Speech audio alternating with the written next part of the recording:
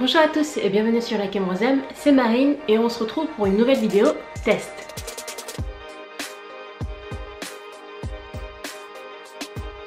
J'ai décidé aujourd'hui de tester le Wash & Go de Natural 85. Alors vous remarquerez sûrement que le décor a un petit peu changé, je suis toujours dans ma chambre mais j'ai juste tourné la caméra dans l'autre sens. Et d'ailleurs j'ai une nouvelle caméra que j'ai achetée, je ne suis plus obligée de filmer sur mon téléphone portable que j'ai... Mon téléphone. Ah, je peux tenir mon téléphone là. Ça fait un assez long moment que j'ai pas testé de Wash & Go puisque je trouve que ça emmêle trop mes cheveux et en plus ça a tendance à les faire trop shrinker et après c'est une galère, j'ai trop de nœuds. Donc j'ai vu les Wash & Go de Natural 85 qui sont magnifiques en ce moment, elle ne fait que ça et ses cheveux sont vraiment juste brillants, les boucles au top, ça pas peine. Donc j'ai déjà fait des Wash & Go avant en utilisant du gel de lin. Mais là j'avais envie de tester surtout avec la Bending méthode parce qu'elle utilise cette méthode pour allonger ses cheveux, pour étendre ses cheveux et avoir un peu plus de longueur avec le Wash & Go parce que les Wash & Go généralement, même si on a les cheveux qui arrivent ici, enfin personnellement j'ai les cheveux qui arrivent ici à peu près et lorsque je fais un Wash & Go bah, ils sont là. Donc pour éviter un petit peu les effets du shrinkage, du coup j'ai voulu tester. J'avais déjà testé la Bending méthode mais je l'avais pas fait sur cheveux secs comme elle le fait, je l'avais fait sur cheveux humides. J'avais déjà vu cette méthode pour éteindre les Wash & Go et ça avait été une catastrophe. Je suis assez têtue, j'aime bien faire les choses à ma manière donc j'ai pas respecté les étapes exactement comme Natural 85 mais l'esprit c'est le même, la technique est la même. Et du coup j'ai pas pu non plus utiliser les mêmes produits puisque bah, je les avais pas et j'avais pas acheté ces produits là juste pour tester cette méthode puisque c'est juste normalement une technique de manipulation et c'est pas les produits qui ont été testés particulièrement. Donc voilà, vous allez voir ce que ça donne sur mes cheveux. J'espère que cette vidéo vous plaira. Si c'est le cas, n'hésitez pas à nous laisser un like, à vous abonner et puis à partager cette vidéo et à commenter pour nous dire ce que vous en pensez. C'est parti pour la vidéo. Me voilà avec mon gel de lin que je vais transvaser dans une bouteille avec un bec applicateur.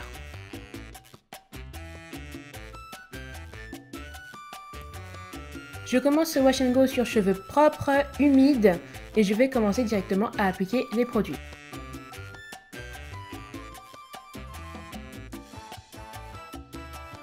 Je vais commencer par l'après-shampoing réparateur de Corinne de Farm.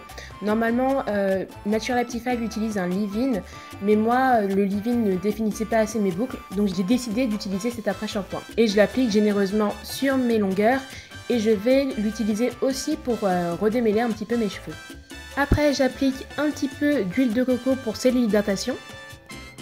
Et enfin, le gel de lin, et là je vais être vraiment généreuse, j'en ai appliqué beaucoup parce que j'ai envie que les boucles soient fixées grâce à ce gel. Je fais en sorte que le gel soit bien distribué uniformément sur l'ensemble de mes cheveux, de la racine aux pointes.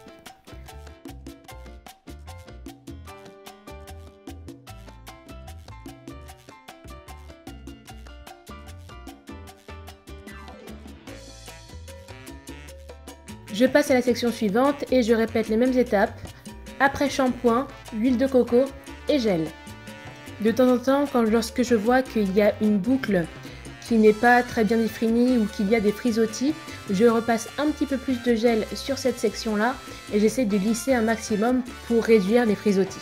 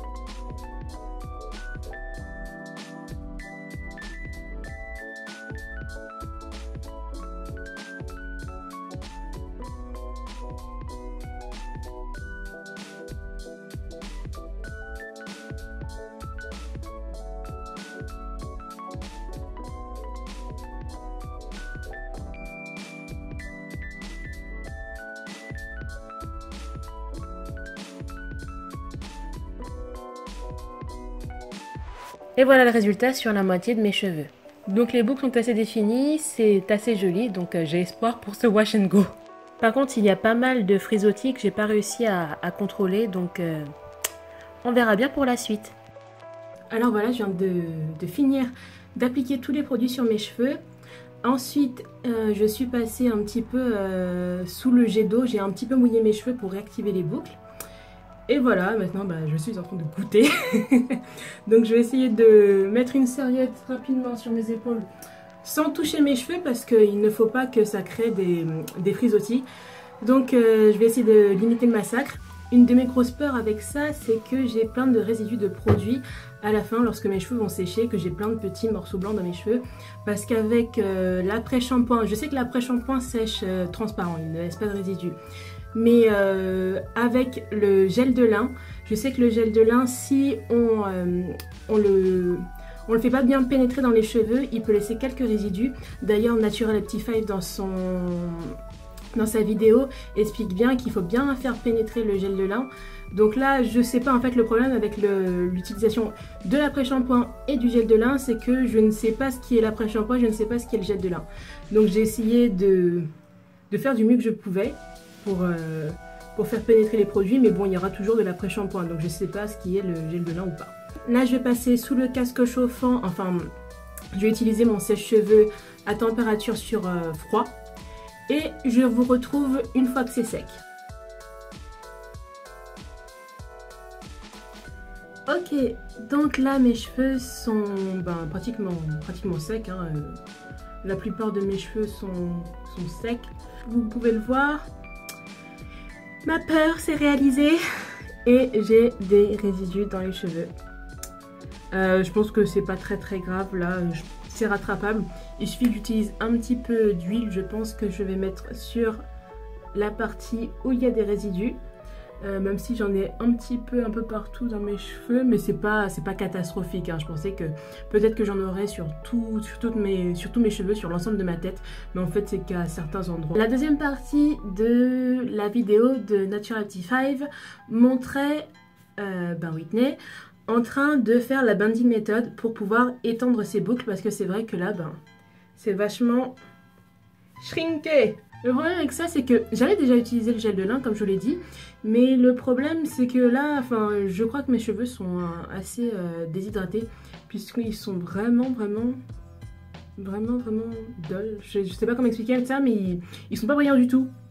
J'ai eu une petite idée pour remédier à ça, donc je vous laisse vous abonner si vous ne l'avez pas déjà, parce que je vais faire une petite vidéo pour remettre mes cheveux sur le droit chemin. Ce sera un petit challenge que je vais me lancer, donc restez connectés.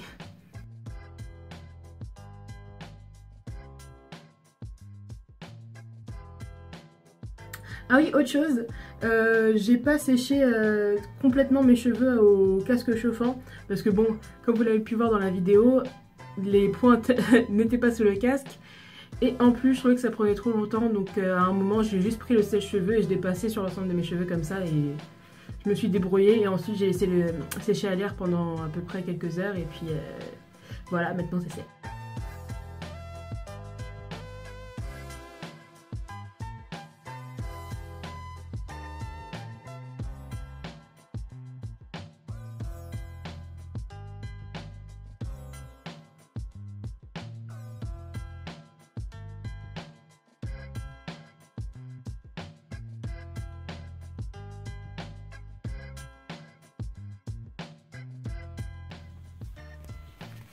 Nous sommes le lendemain, j'ai donc dormi toute la nuit avec les élastiques pour la bending méthode. Et là, je vais les défaire très doucement, mais je sens déjà que ça va être une catastrophe, que je ne vais pas aimer le rendu. Ça, c'est mon air dubitatif. Le peu de définition de boucle que j'avais, je l'ai perdu, donc je suis dégoûtée. Même si je m'en doutais un petit peu. Mais têtu jusqu'au bout, j'ai voulu essayer quand même la bending méthode, essayer la méthode jusqu'au bout. Donc maintenant, je sais. Je pense que la forme de mes boucles, la texture de mes cheveux n'était pas adaptée à la bending méthode et ils étaient déjà trop... mes boucles étaient déjà trop lâches. J'ai largement préféré mon wash and go avant que je fasse la bending méthode, même si c'était un petit peu shrinké. Comme vous pouvez le voir, cette méthode a été un fail complet. Enfin pour moi, j'ai pas du tout aimé le look, le rendu que ça a donné à la fin. Pas de définition, les cheveux sans forme, etc. Donc c'est pas pour moi. Et je me demande si c'est peut-être parce que j'ai les cheveux déshydratés comme je le disais dans la vidéo. Donc oui, restez avec moi pour ça parce que j'ai prévu de faire un petit challenge la semaine prochaine pour essayer de remédier à ça. Voilà, c'est tout pour cette vidéo, j'espère qu'elle vous a plu. N'hésitez pas à me laisser en commentaire, à me faire partager votre expérience si vous avez testé cette méthode de Nature 85 ou alors comment vous faites vos wash and go si vous avez une texture de type 4. Comment vous faites wash and go, quel produit vous utilisez pour qu'il soit le plus réussi. Est-ce que vous utilisez la bending méthode? Est-ce que vous utilisez un sèche-cheveux pour allonger vos cheveux? Ou alors est-ce que vous embrassez le shrinkage? Donc dites-moi ce que vous faites pour vos wash and go. Voilà, je vous fais plein de gros bisous. À bientôt sur la Camrosem. Et oui, je sais, il y a ces cadres là qui sont de travers. Ils sont toujours de travers, ils veulent pas rester droits.